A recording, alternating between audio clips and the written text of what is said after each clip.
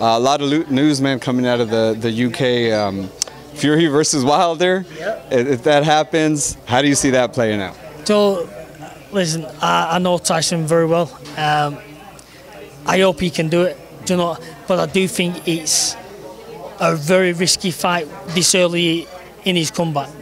Do you know, I think Wilder, very sharp, and just the style-wise, the way his stance is and the way he fires that right hand, the good jab that he's got, I just think it may be a fighter too soon for Fury.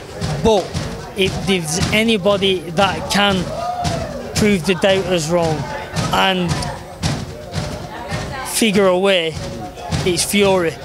And it's good for having him back in boxing. Fury, as much as he can be controversial, he's good for boxing. He's good for boxing. That was going to be my next question: is who wins the pre-fight battle, the promotion battle? It's Fury, no problem whatsoever. Hands down, hands down, hands down. Yeah, that'll be as exciting as the fight. Definitely. When you say that you feel that Fury, it's maybe a little too early. Is that because of what you've seen in Fury in the ring, that maybe you're like, okay, there's a little more rust that needs to come off, or you just feel that he needs like maybe a higher level competition? Just not that be like, because he's with the time of length of he's had 2 fights now, so he's brought his weight down, sensible, it's good, he's in a good place mentally. It's more of the fact that he's not been hit yet. Do you know, if you can get hit in sparring, but you've got big gloves on, and the 2 fights that he's had, he's not really been hit. So getting into a real fight where you're going to have to exert yourself, as in not just physically, mentally, because you've got to be switched on all the time. You can't switch off against Wilder. Against the 2 opponents that he's had, you know, you can clown about a bit and that. I just think the first time he's going to have been hit proper since he's come back is when he gets in the ring with Wilder. That when you're sparring and when you fight, it toughens you. When you've not been hit, you're not getting hardened.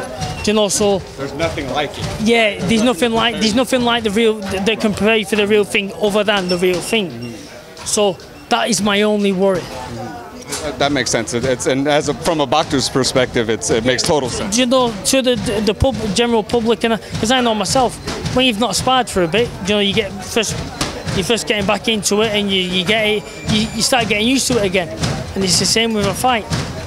If you've not really been hit with them little gloves on, and then you're getting in with one of the biggest hitters, either him or Joshua, in the heavyweight division, it's not been a gradual build-up, has it? You're getting put in right at the deep end. So it's a risky move. Right, definitely, I agree. With the winner, whoever wins that fight, is it automatic, Joshua, that's it? No more excuses, no more talk? It's got to be. Whoever wins that fight, because as long as Joshua wins his next one, yeah, the winner of the Wilder Fury fight, that just makes the Joshua against the winner of that even bigger than, say if Joshua would have fought Wilder next, it's massive. If Wilder beats Fury and Joshua fights Wilder, it's unbelievably mega massive.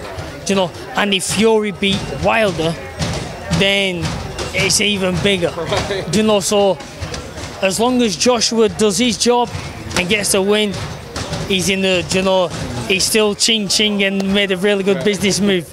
But as you know, it only takes 1 fight, and it's dangerous. Do you know, Joshua's got to stay switched on. The winner of that fight has to fight Anthony Joshua, and like you said, it's going to build up. It's going to be huge at that point. I guess, well, my kind of question, this is, I guess, from a fan, obvious perspective. You said you know Tyson, so I'm sure. Yeah. But what's bigger, Wilder Joshua or Fury Joshua? In the UK, and that's where, what would generate the most money is Joshua Fury. It's massive. But again, I don't know how big Wilder's thought of over it. What does he draw on pay-per-view? If you've got the pay-per-view back in the UK and the pay-per-view back over here, then you've got, you know, if Wilder's doing big numbers and Joshua's doing big numbers, then that becomes absolutely massive. So it's either way. I wouldn't matter. You're talking a couple of 100,000 because both are mega millions, you know, dollar fights. Kind of one of those you can't go wrong, really, right? Yeah. Whichever way, you can't go wrong. Once that money lands in your bank, it's going to take you too long to care anyway. Definitely. Well, Scott Quigg, tell the fans, man, where they can follow you and remind them where they can watch your fight next. You can follow me on Twitter at Scott Quigg or Instagram at Scott Quigg again. I'm going to be fighting on the 20th of October in Boston, and it's going to be shown on the new US TV program, Dan's. So hopefully tune in, watch me fight, and you'll see a good win. Thanks a lot, Scott Quigg. Appreciate your time, sir. Thank you, brother. Good seeing you. Yeah.